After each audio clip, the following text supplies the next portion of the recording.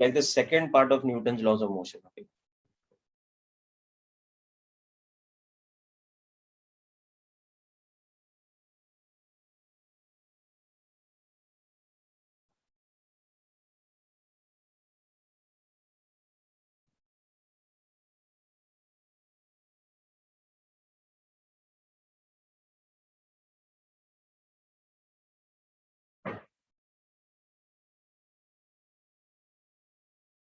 Okay, so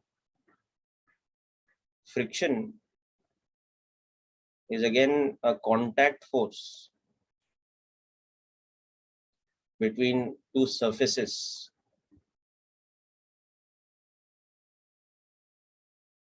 in contact,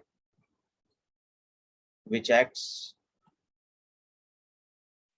tangentially. So by tangentially, we mean parallel to the surface.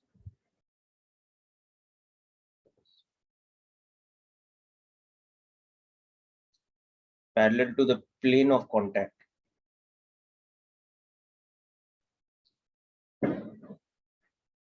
Such that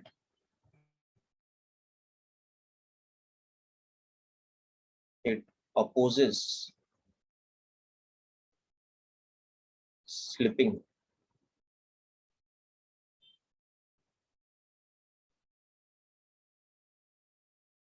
between the surfaces. So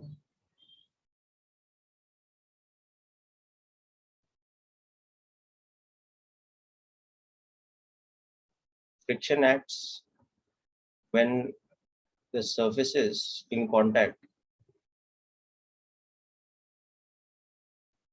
are rough as opposed to smooth. So for example, if we are pushing a concrete block against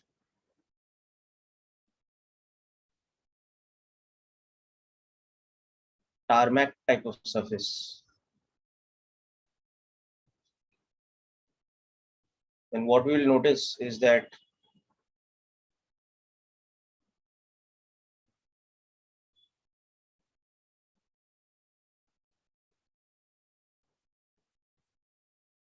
this is a rough surface.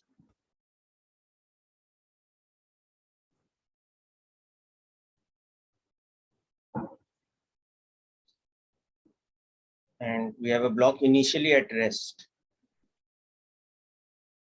Now we try to push it by application of a force horizontally. So what we'll observe is that depending on the amount of force we are applying, that is the magnitude of force,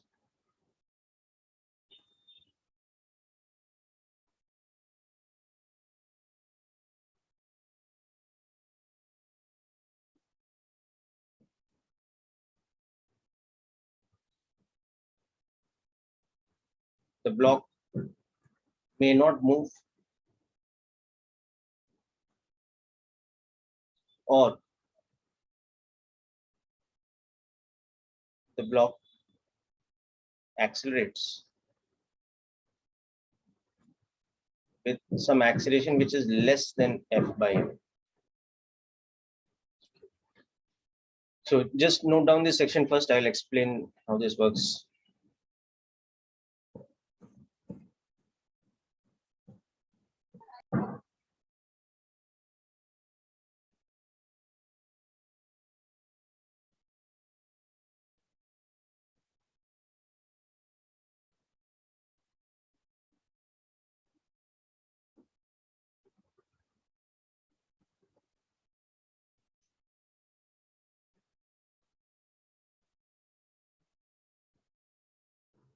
What is written after pushing?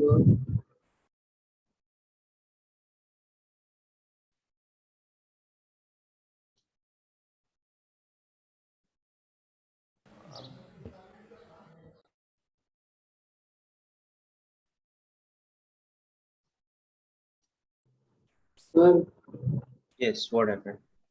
sir, in the example first line, what is written after pushing? concrete. You know concrete, right? Yes, Simple yes. concrete. If you push a concrete block against a tarmac surface, like the kind of surface your typical road is when it is tarred on top instead of being a concrete road. It'll happen for concrete against concrete also, but here I've taken the example of a concrete block being slid or pushed against a tarmac surface. This is what we'll observe. Okay. Either the block may not move, but this will happen if the force is comparatively small in magnitude.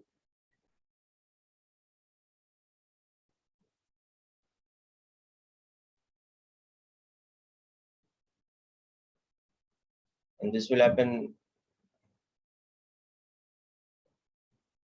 if F is comparatively large.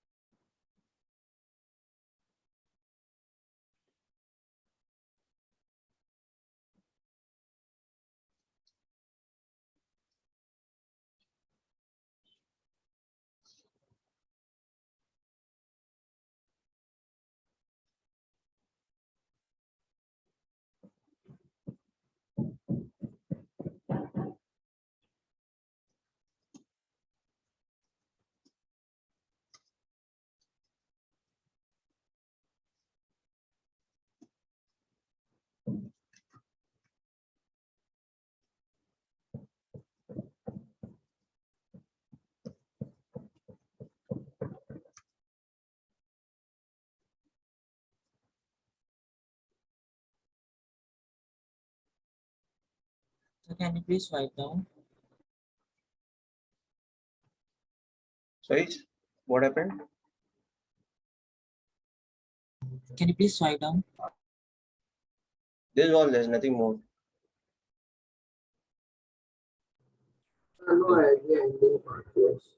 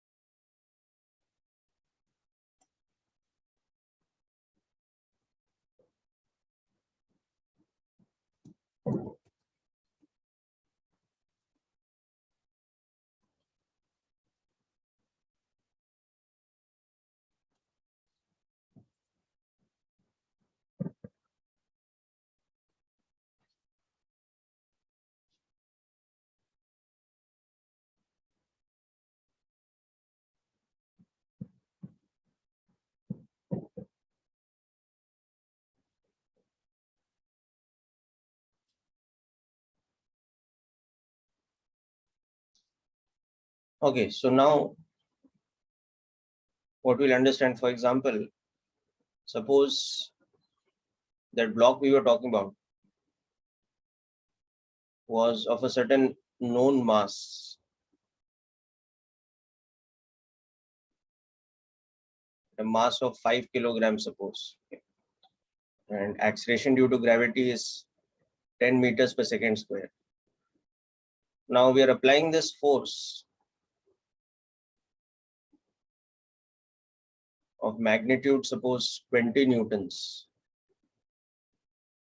But what we observe is that the block remains at rest. So when a horizontal force of 20 newtons is applied, okay, it fails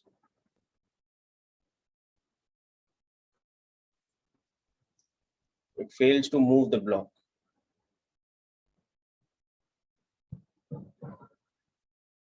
So draw a free body diagram and show all the forces acting on the block. So now when we visualize this block's free body diagram, what we understand is that, of course, there are the standard forces of weight and normal reaction, mg acting vertically downwards, normal reaction acting like this. But in spite of applying a horizontal force, there is no acceleration. So that means there is a friction acting at the surface below. So small f is the friction acting on the block due to the surface below being a rough surface.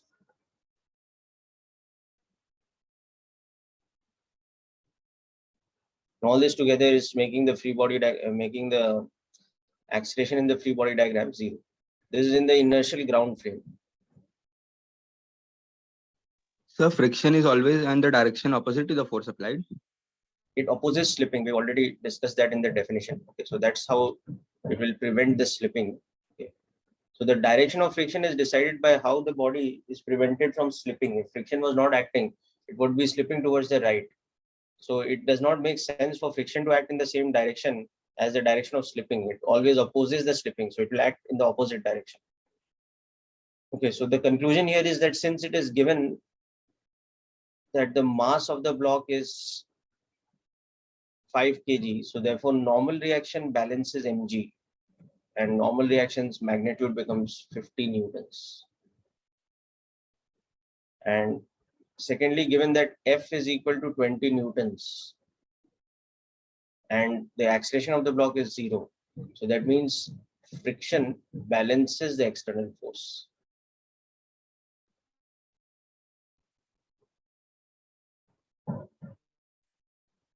To prevent the body from slipping.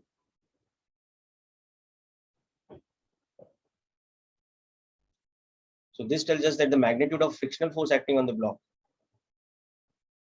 is equal to 20 newtons. So now we have understood all the forces acting both in magnitude and direction. So the free body diagram is complete and we have understood what all forces are acting. So we'll discuss more about this type of friction after this problem. Just make a note of this first.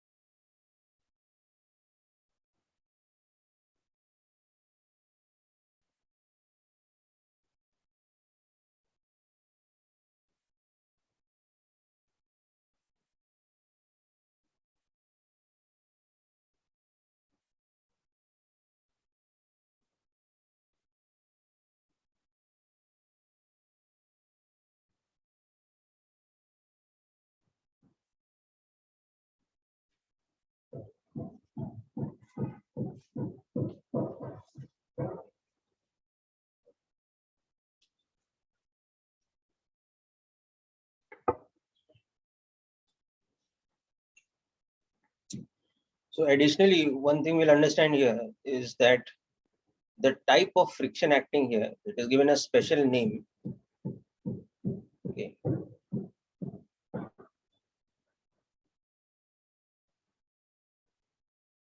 Sir, F is equals to minus F, no? Beta, we are equating the magnitudes of two vectors. Okay. The magnitude of a vector does not have algebraic sign as you have studied in vector algebra.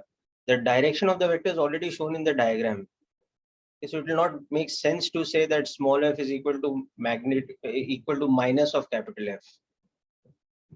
That's a vector notation. This is, we are writing the magnitude over here. Sorry, sir, I thought we were directly writing the direction. But if we write vector, we write it with a vector sign. You should be clear about these things. Okay. Then we write it like this.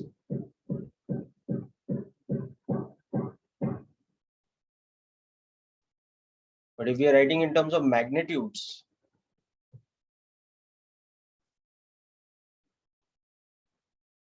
then this statement implies that magnitude of capital F is equal to magnitude of, this is all vector algebra which you've seen so many times before, so there should be no cause for confusion here.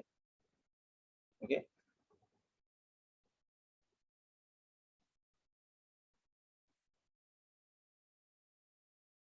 Okay, so in this case, the friction acting on the body is defined as static friction.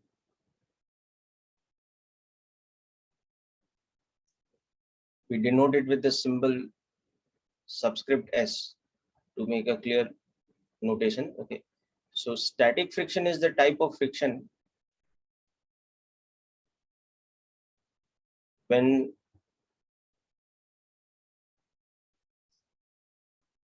there is no slipping due to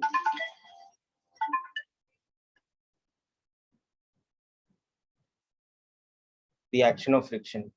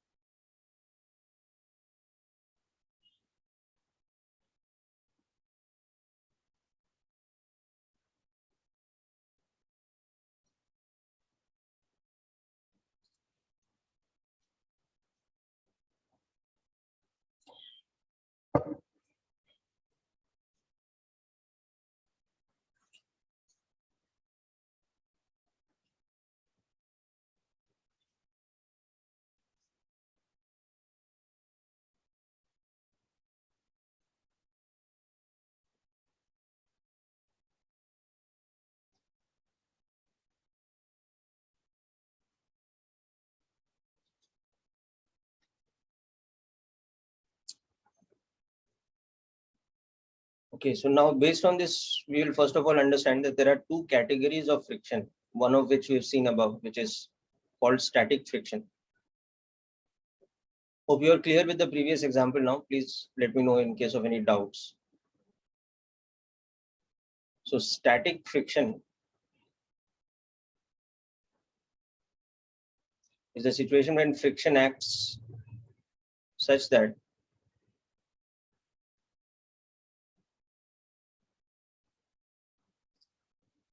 it is able to prevent the slipping. So there is no slipping between the surfaces in contact.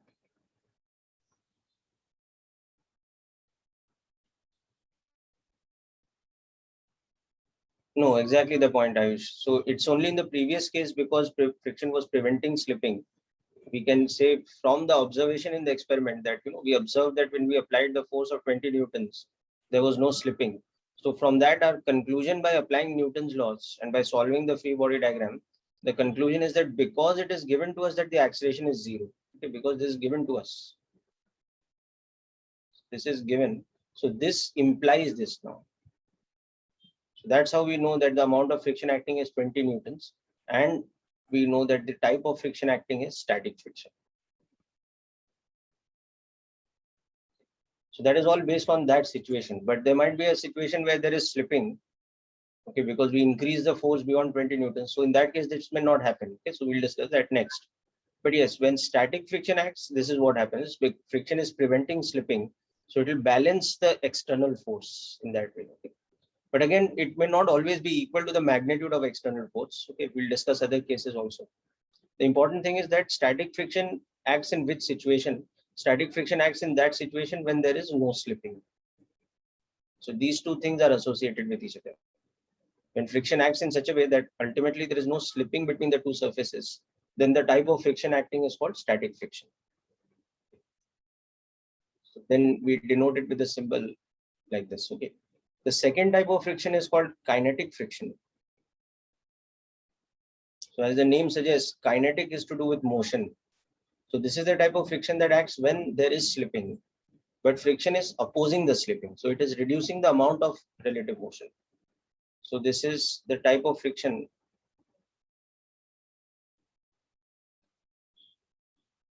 that acts when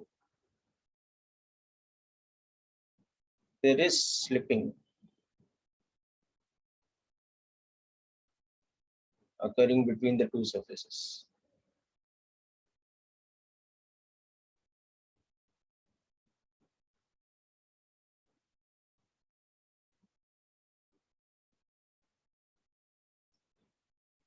And the friction opposes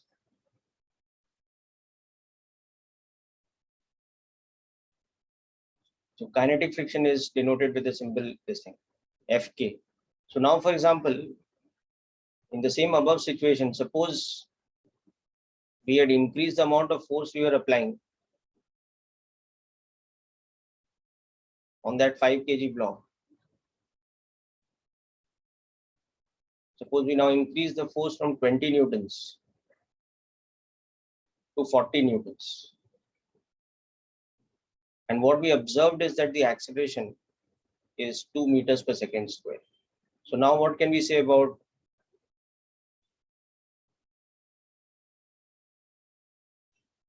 all the forces and what type of friction is acting here?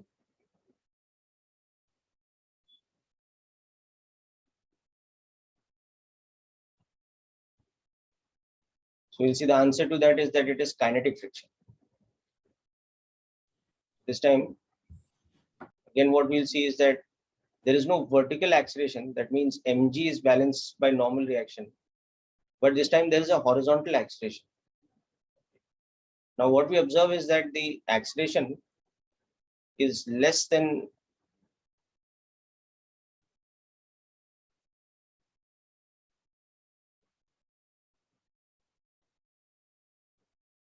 so the acceleration, which is 2 meters per second square, it is less than F by m.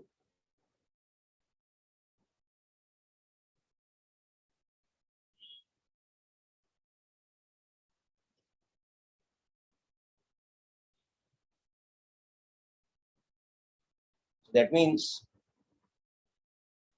kinetic friction is acting.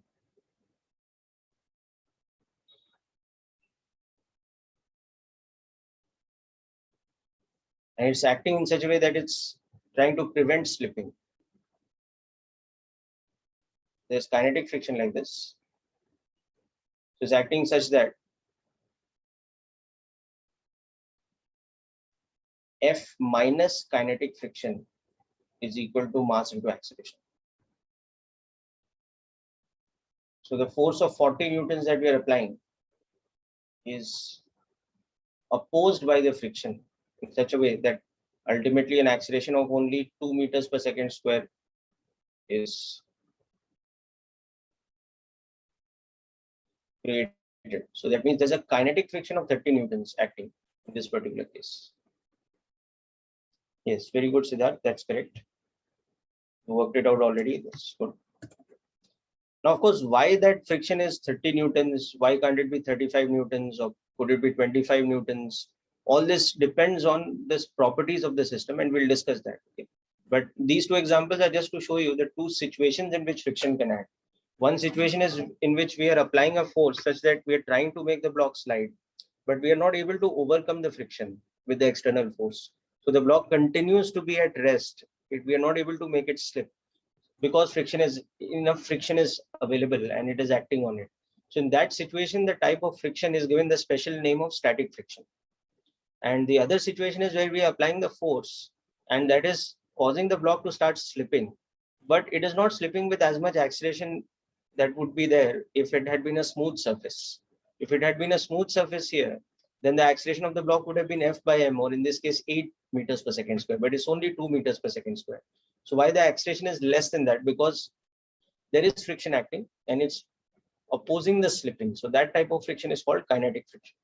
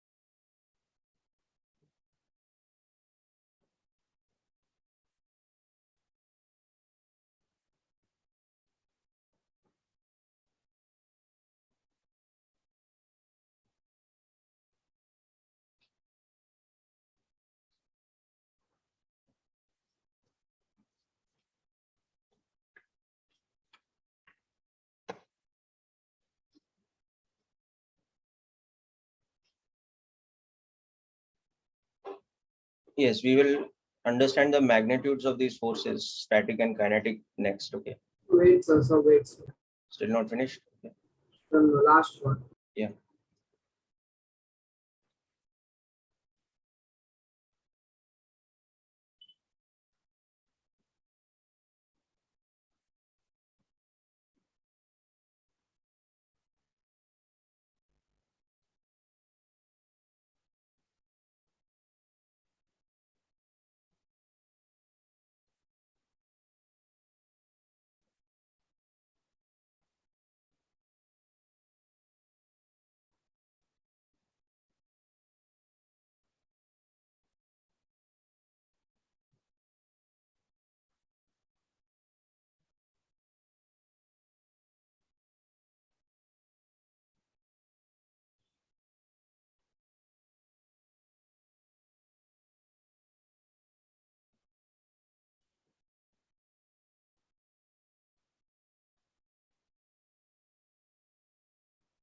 Yes, done, sir.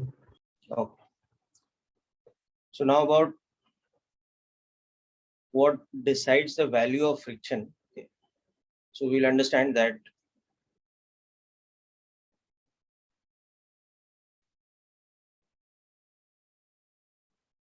the available friction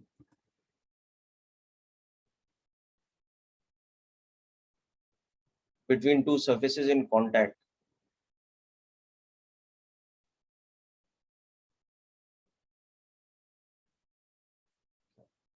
depends on two things. One is the normal reaction contact force between them,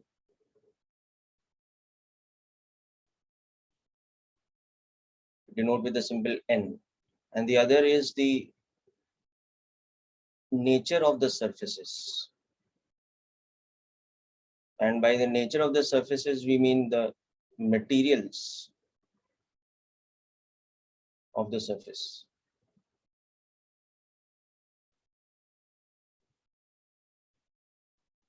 So for example, rock against concrete can generate larger friction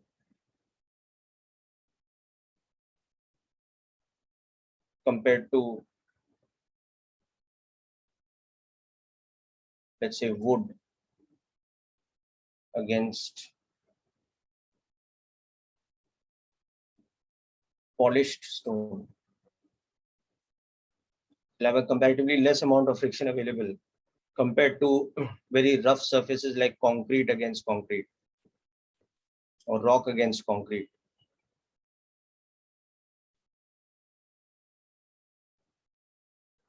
So it depends on these two things, and let's understand how. So static friction, it has a maximum possible limit to its value or magnitude. This is called the limiting friction.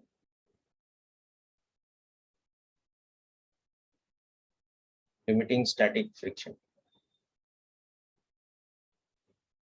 So we can just denote it with this kind of value. It's static friction's maximum possible value or limiting value. Okay. So this limiting value, it is given by a formula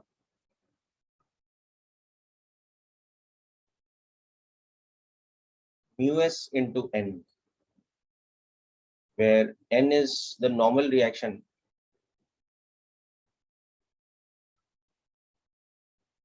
contact force and μs is called the coefficient of static friction.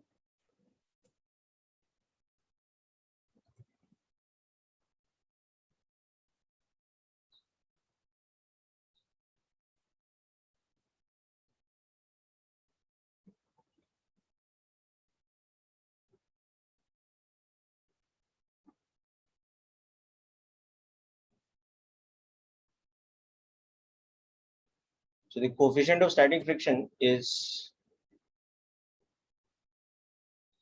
a property of the material of the two surfaces. So this is a dimensionless constant. Its value depends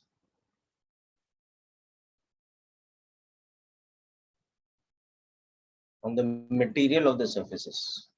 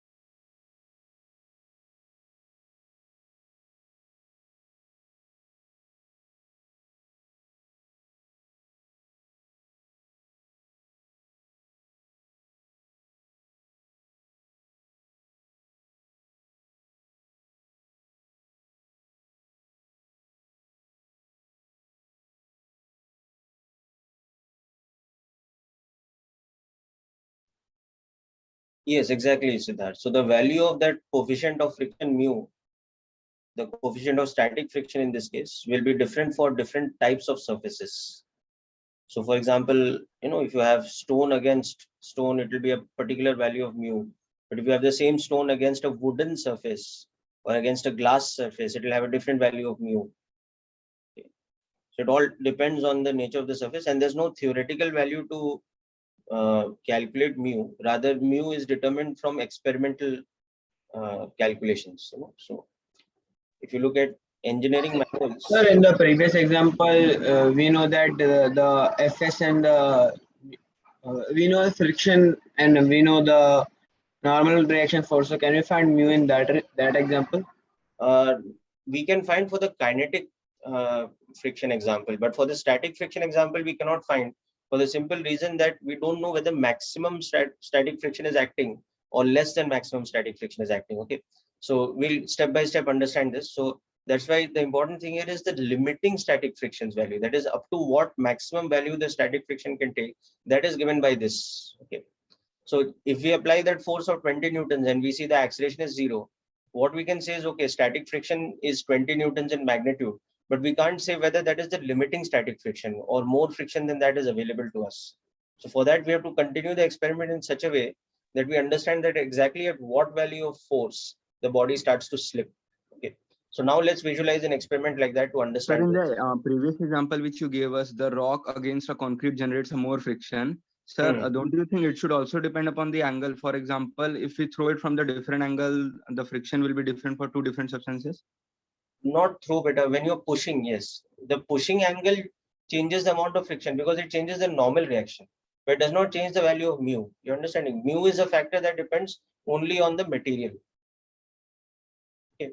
So the amount of friction depends on two things. One is the normal contact force.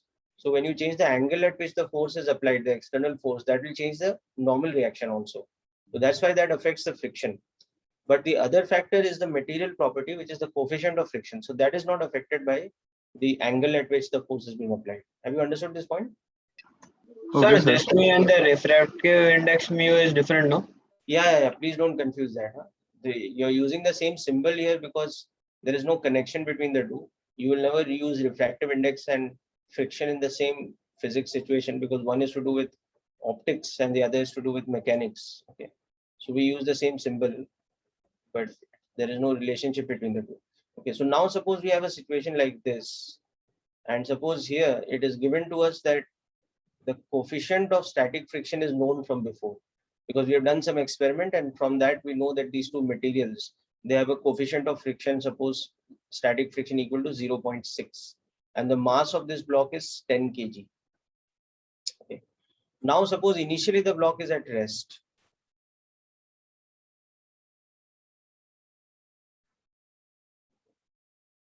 Now we start applying a force at t equal to 0, but the force is gradually increasing in magnitude. So from time t equal to 0 onwards, a horizontal external force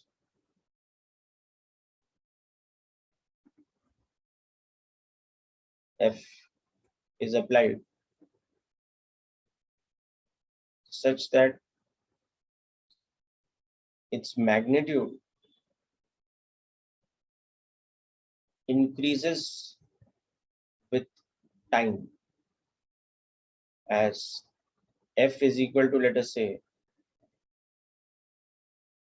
5t, where F is in newtons and t is time in seconds. So what we'll do here is we will make an FBD first of all and calculate the limiting static friction's value.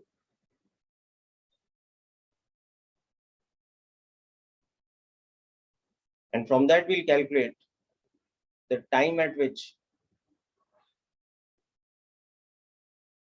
the block begins to slip.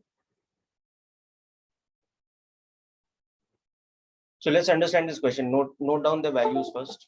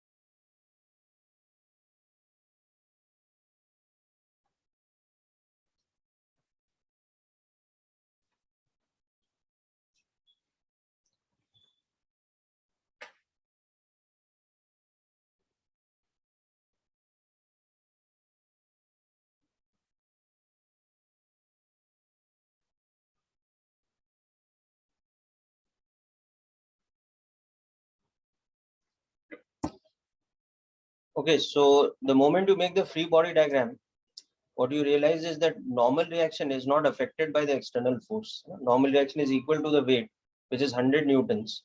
So given that the coefficient of static friction is known to us, it is 0.6. Okay, we know directly that the maximum friction available to us is going to be how much? Mu into n. So that is going to be equal to, or mu s into n. So that is going to be equal to 60 newtons. Okay. So no matter what happens, we don't have a static friction of more than 60 newtons available. So that tells us that the block will not move until and unless the external force that we are applying is more than 60 newtons. Because up to a value of 60 newtons, static friction is able to balance the external force and prevent slipping. Okay, the weight is 100 newtons. So the normal reaction acting is 100 newtons. It balances this. Can you scroll up? Wait, let me finish writing this down. So now when we apply some external force, immediately some friction acts on the surface below. So now this amount of friction that is acting, it all depends on the external force that we are applying. If static friction acts like this, or we can just say to begin with, friction acts like this. So first of all, if F is less than equal to the maximum value of static friction, okay, then the block does not slip. The acceleration is 0, and the magnitude of static friction acting is equal to F. Now we can see that given that coefficient of static friction is 0.6 and the mass of the block is 10 kg, we can see that the limiting static friction is this much. So it is 60 newtons.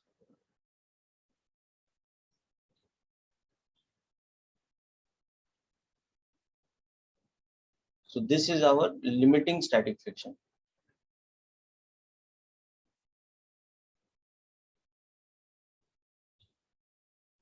So that tells us now that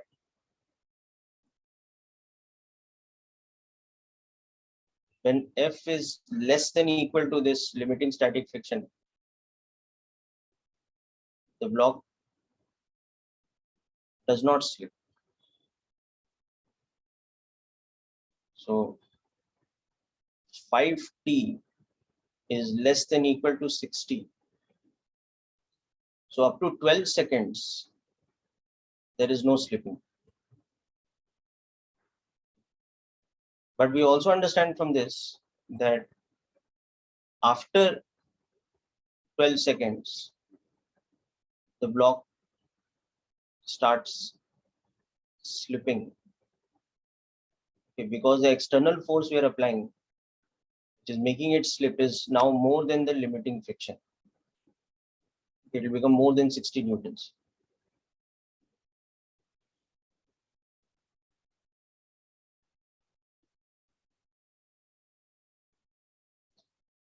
Oh, the question you are asking, Beta, is more complicated because that has to do with collision. Okay, so during a collision on a rough surface, the amount of, instead of force of friction, we will use a term called impulse. Okay, impulse is force multiplied by time, because the colliding objects are in contact for a limited short duration of time. So during that time, the impulse generated by force, we will study about this in another chapter called collisions. That impulse will depend on various things. It will also not only depend on the angle at which the collision is occurring, but it will also depend on the impact velocity, the mass of the object impacting, all these things. Okay. So yes, in that also it is affected by, so if everything else is the same, that, we are doing the experiment with two collisions, two pairs of collisions. In both of them, the angle of contact and the velocity of impact and all are the same, but the materials used are different. So the amount of impulse generated by friction will be affected by the materials. That's correct. Okay. But in order to understand impulse and all that, first we have to understand, proper application of Newton's laws. Then we'll come to concept of impulse and momentum, and then finally collisions. So it will be some time before you can understand those type of situations you're talking about. Okay, where an object making a collision with a surface or another object or something, while they are in contact during the collision, there is friction acting between them. So that we will discuss in the future chapter called System of Particles, which includes collisions. So hope this point is clear, Siddharth. Yes, sir. Thank you, sir. So can you slide a bit down?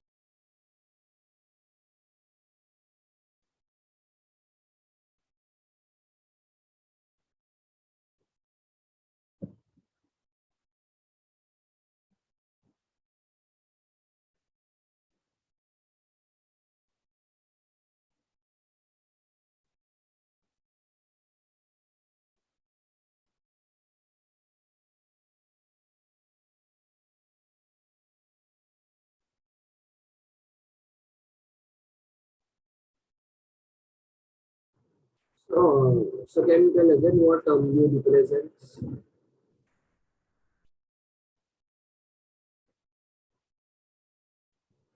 Uh,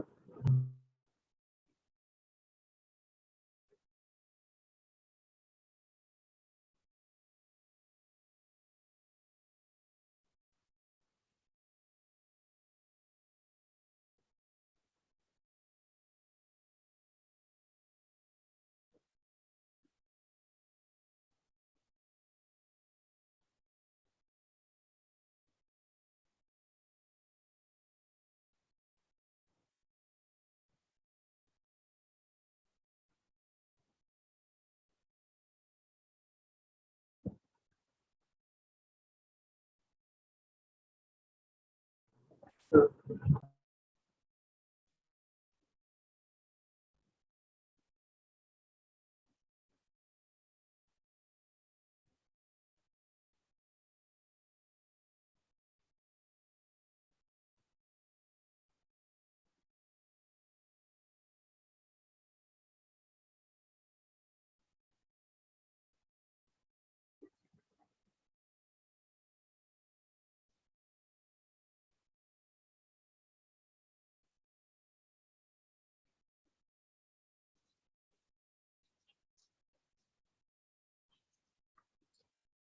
Okay, so that answers this part of the question.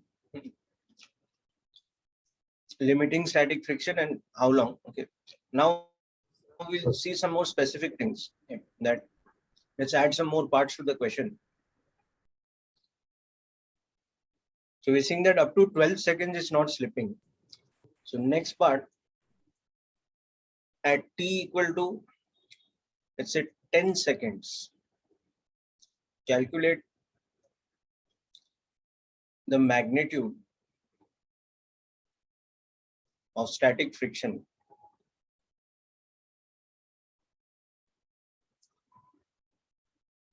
acting on the block.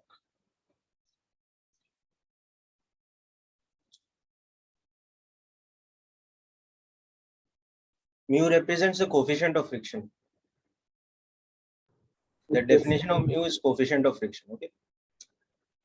So at t equal to 10 seconds, you can see the force that we are applying, the magnitude of this force is 50 newtons. Okay.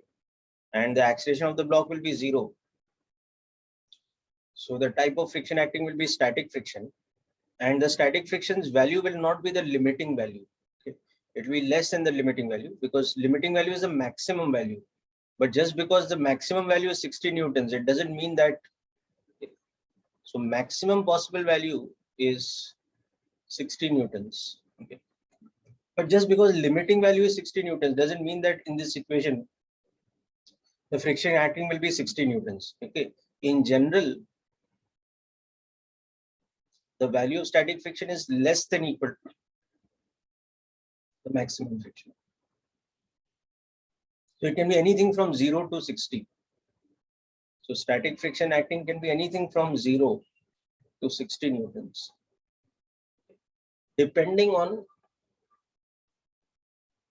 external forces.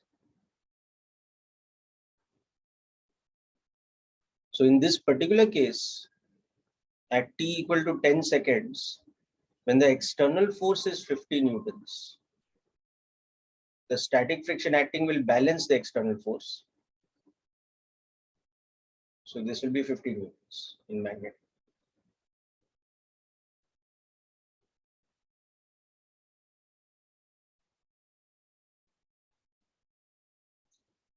At this instant, static friction will balance F. F has a value of 50 newtons to prevent slipping.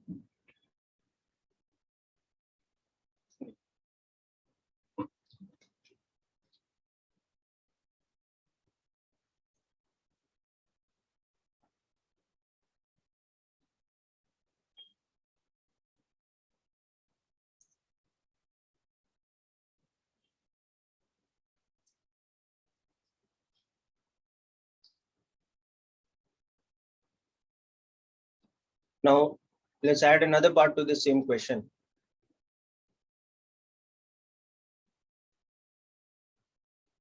So now what we're doing is before we start the experiment, the same experiment, now we are placing another block on top of this.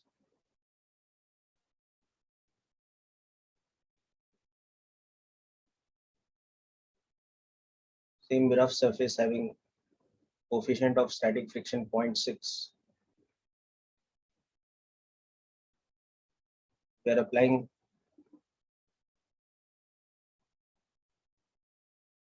variable force of 5t. So now the same experiment, is repeated, but an additional block of mass 2 kg is placed on top the original block.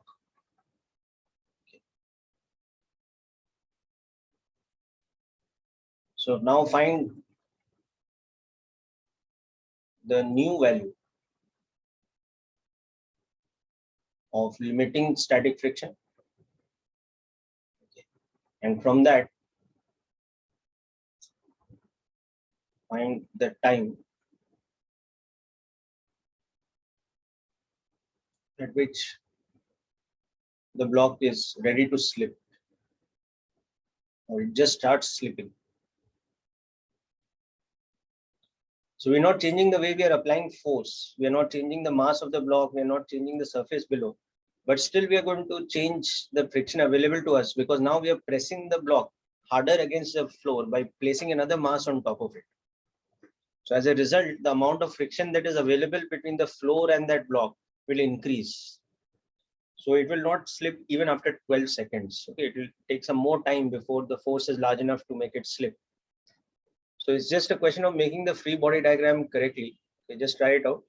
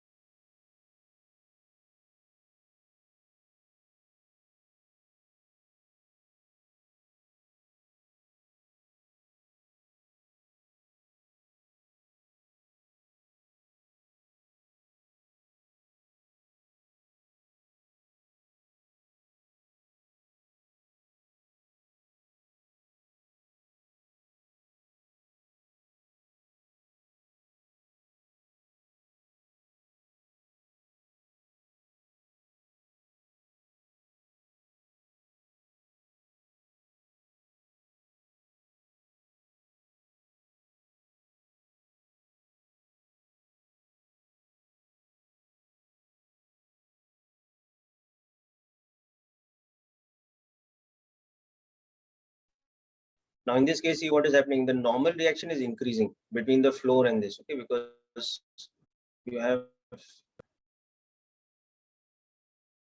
this block on top of this.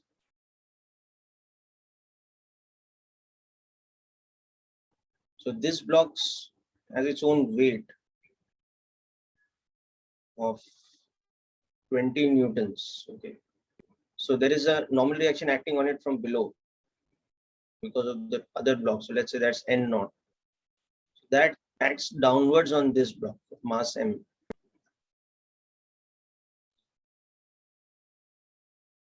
So that will affect this normal reaction acting between the ground and this. Okay. So you can see as far as the vertical forces are concerned, N naught is equal to M naught G. So this normal reaction is 20 newtons.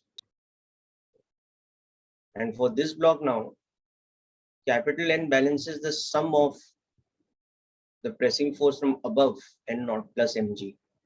So capital N becomes 20 plus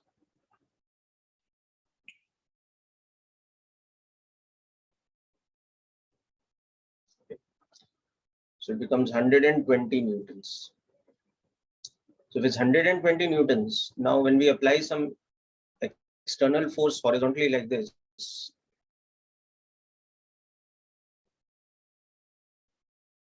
the friction available to us below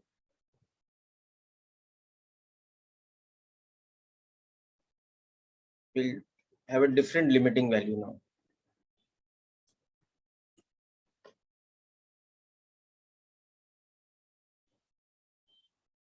So this friction's limiting value is this. So it has now changed to 72 newtons. So the block does not slip for this. Okay.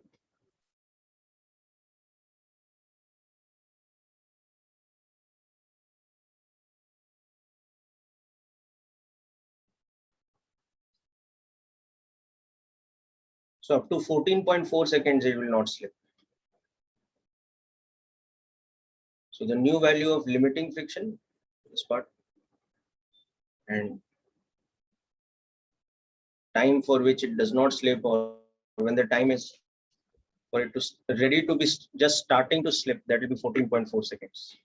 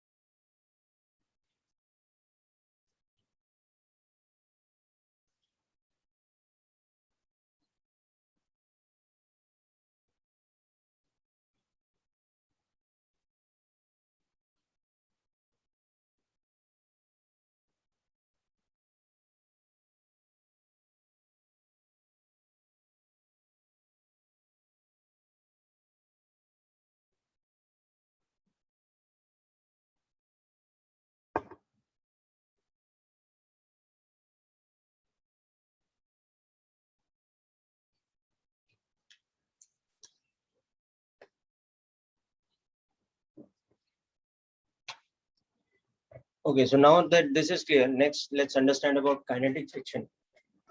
Sir, once again, last line.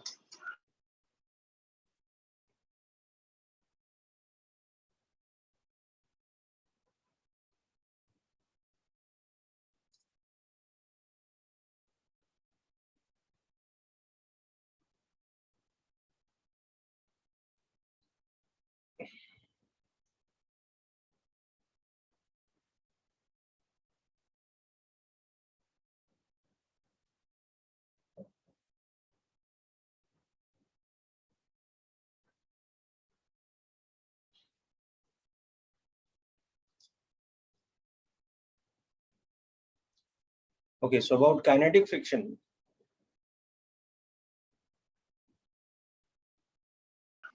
Sir, once again, can you slide up better?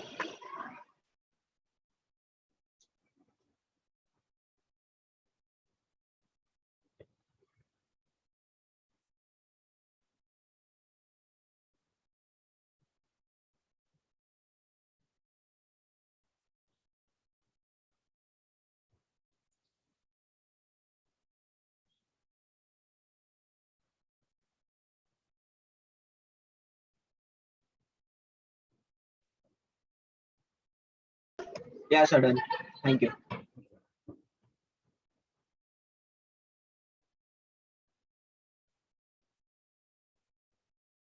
So kinetic friction,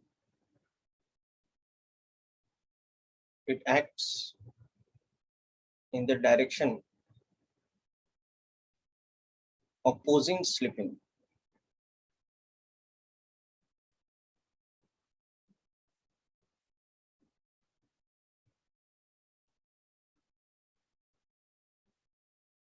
Such that its magnitude is given by a particular relation, which again depends on a particular coefficient.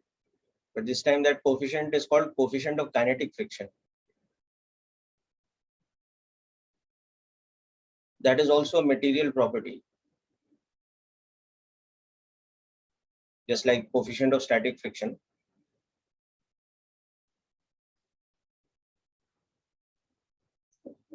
So generally,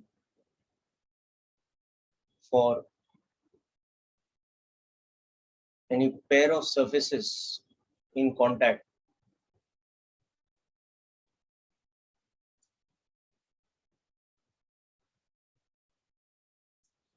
the coefficient of kinetic friction is equal to the coefficient of static friction. But in some cases, mu k may be slightly lesser than mu s.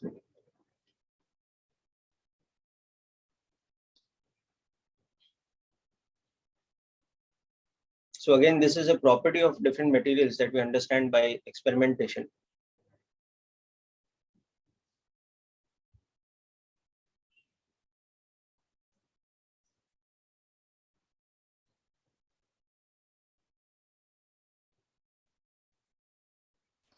Sir, if something is going at a very high speed, then can the interlocking be neglected? No, so that is the thing. See, the amount of friction acting does not depend on the relative velocity.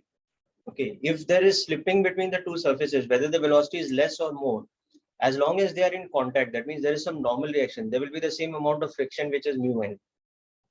Okay, the only way you can reduce the friction is by reducing the amount of normal contact force, or by reducing the coefficient of friction by polishing the surfaces, or like placing some lubricant, so that the coefficient of friction becomes less.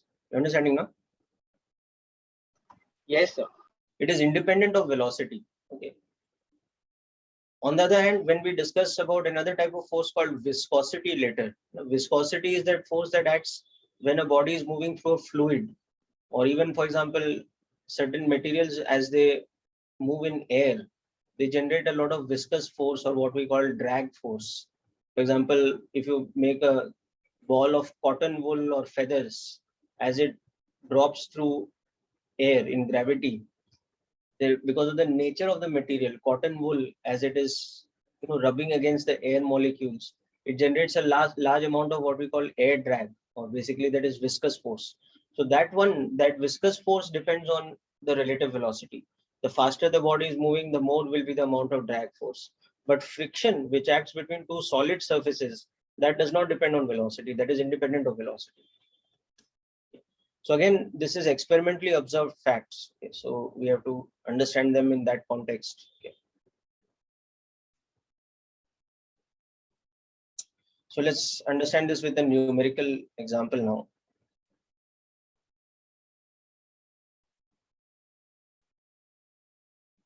So in that same previous question, if we have a situation where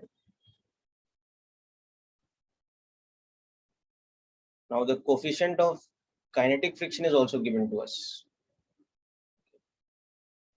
So this had a coefficient of static friction of 0.6, but suppose the coefficient of kinetic friction is slightly less, so it is 0.5.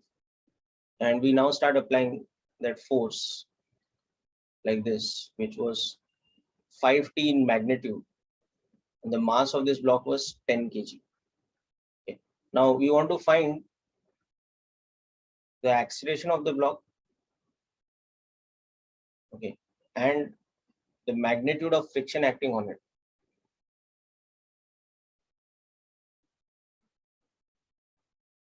Exactly at the time of 15 seconds. So 12 seconds it had started to slip. Okay. So we had already seen earlier that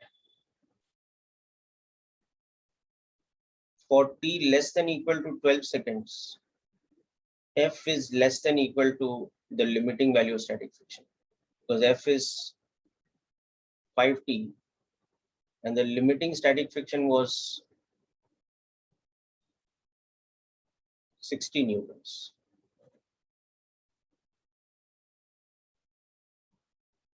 But now what we can see here, at t equal to 15 seconds, the external force has become 75 newtons. So F is greater than limiting friction.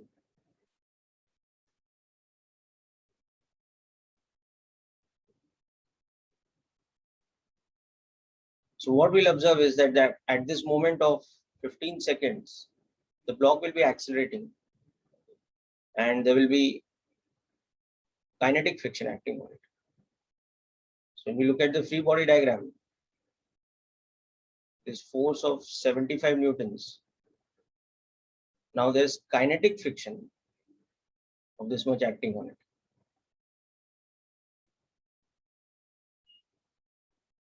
So it's having some acceleration.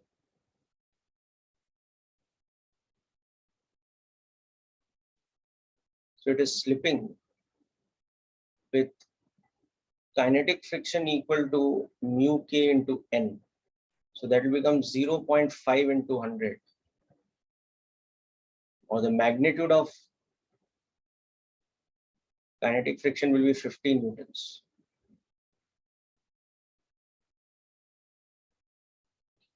So therefore, F minus kinetic friction is equal to ma.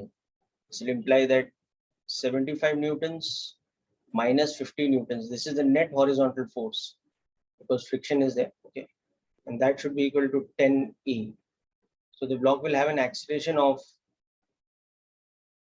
2.5 meters per second square, and the friction acting will be this much at t equal to 15 seconds.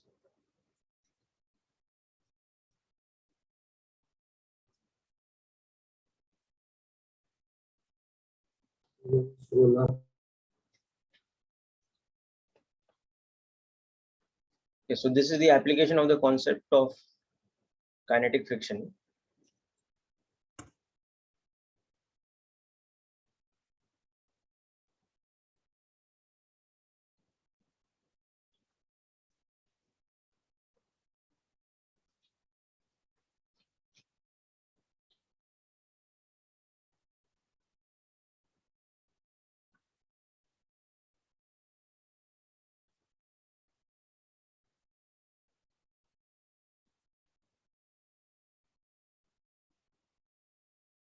So can you slide a bit down?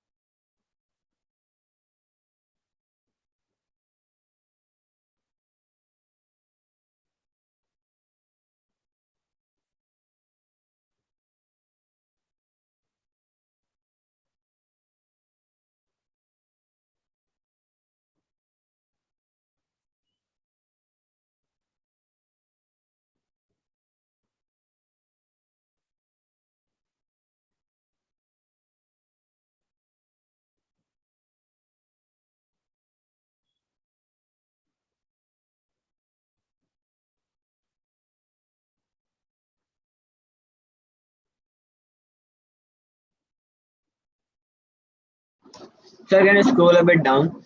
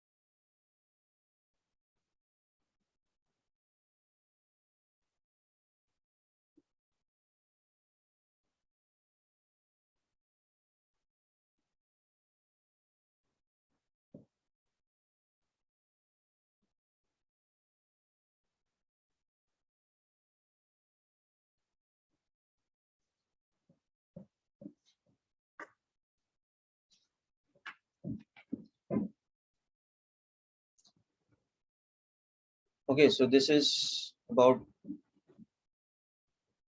kinetic friction in this case. Okay, so before we conclude today's class, I will pick up one of the doubts from HC Verma, which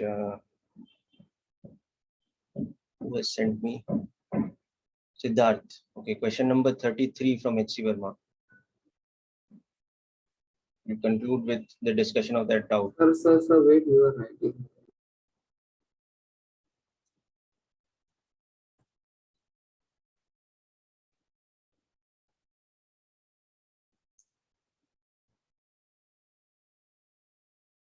Okay, Ethan, I will pick up the doubts that you have sent also.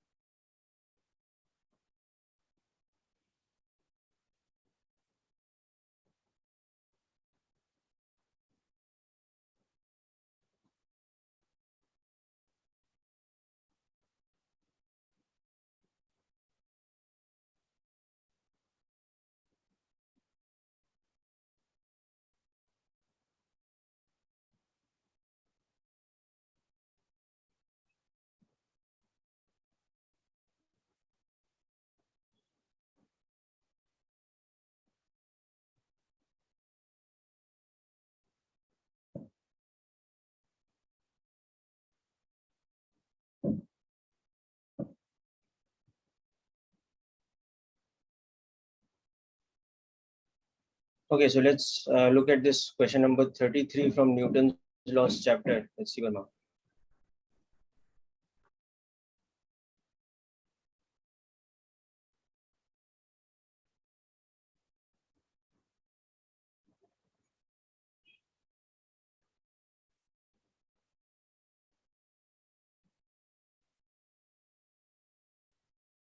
So we have this kind of a situation. There is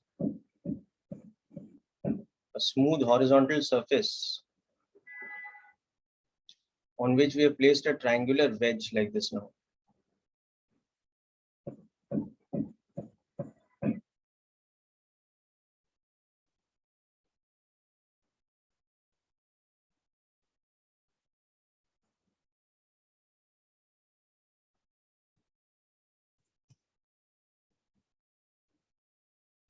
The triangular wedge is being dragged along the surface because it is tied by a thread.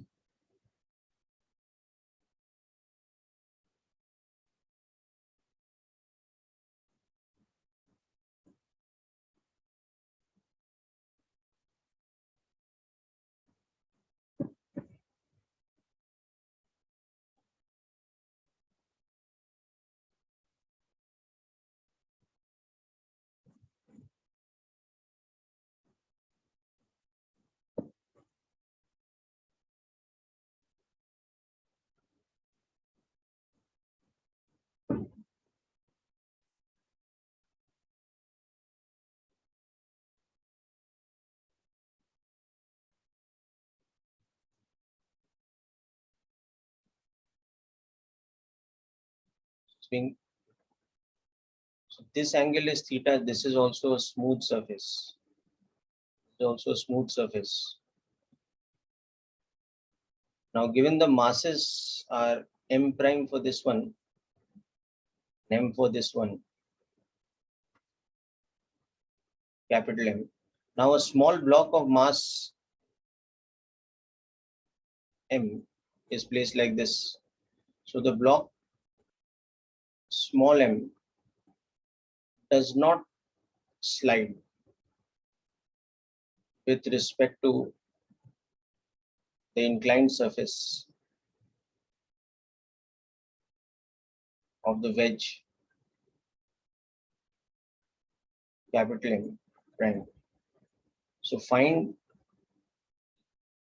the mass of the other block.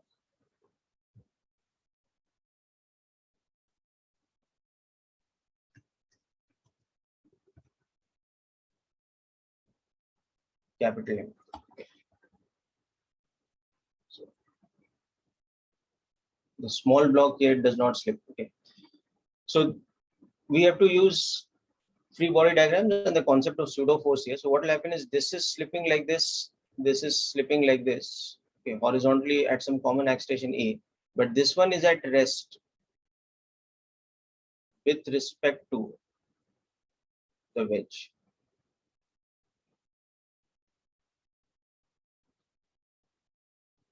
So we'll start by making the free body diagram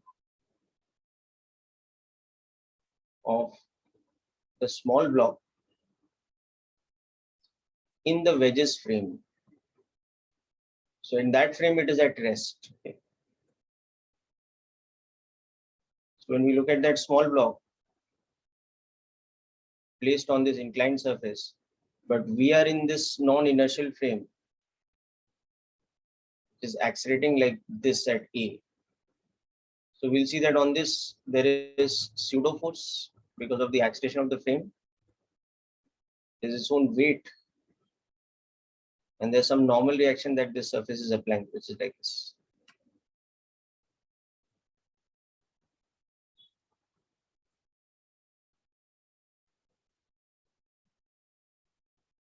And this block is at rest.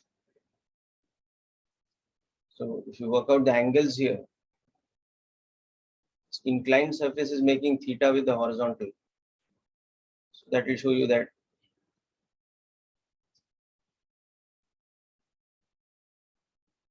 this angle is theta here and this angle is theta here. So on resolving the forces, you can show that pseudo force has a component up the inclined plane and a component normal to the inclined plane.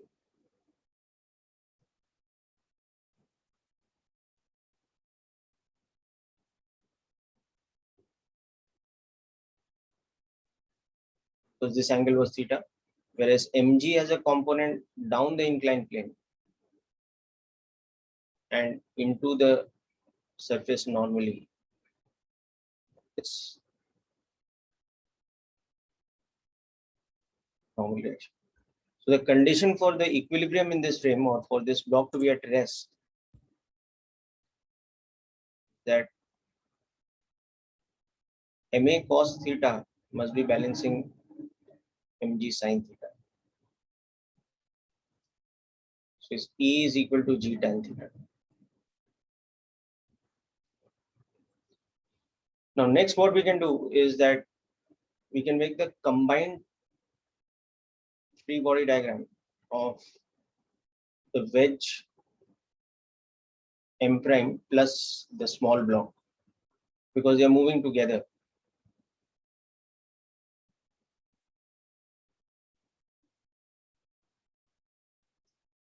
So you can treat this like one whole object.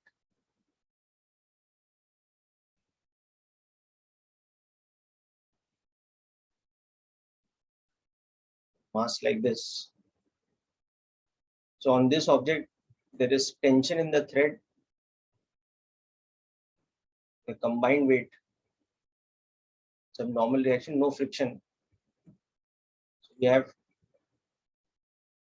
T is equal to M prime plus M into E. So this was our equation 1, the equation 2.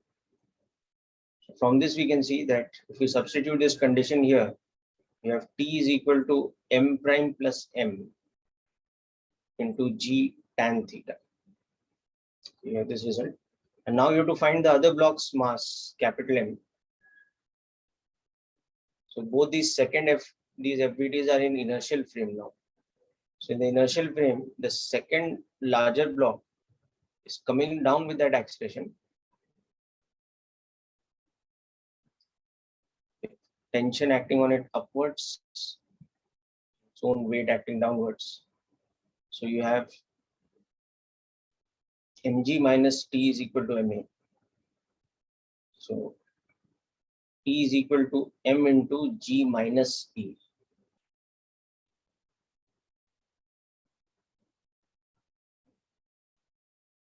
Let's substitute that here.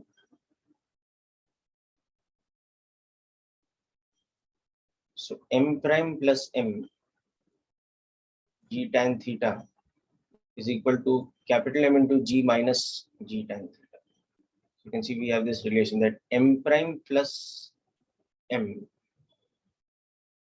tan theta is equal to capital M into 1 minus tan theta. So you wanted to find capital M.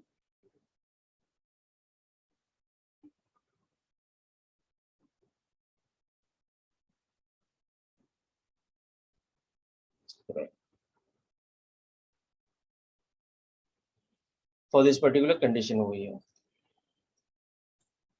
So Siddharth, hope the method of solving the question is clear. Yes, sir. Thank you, sir. Okay.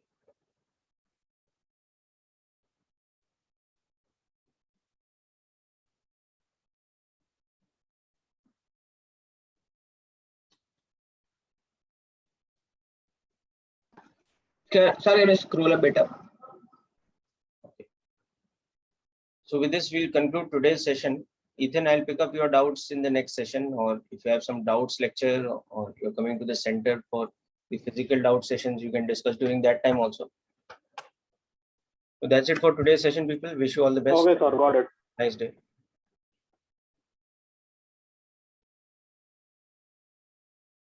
So just 1 minute, I'm noting down this answer.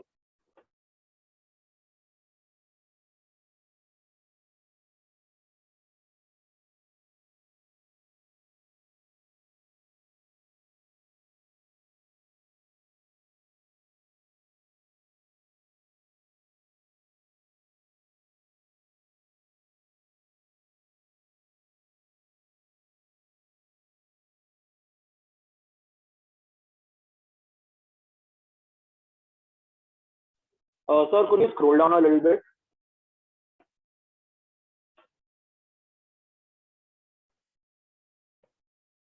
Okay, sir, thank you.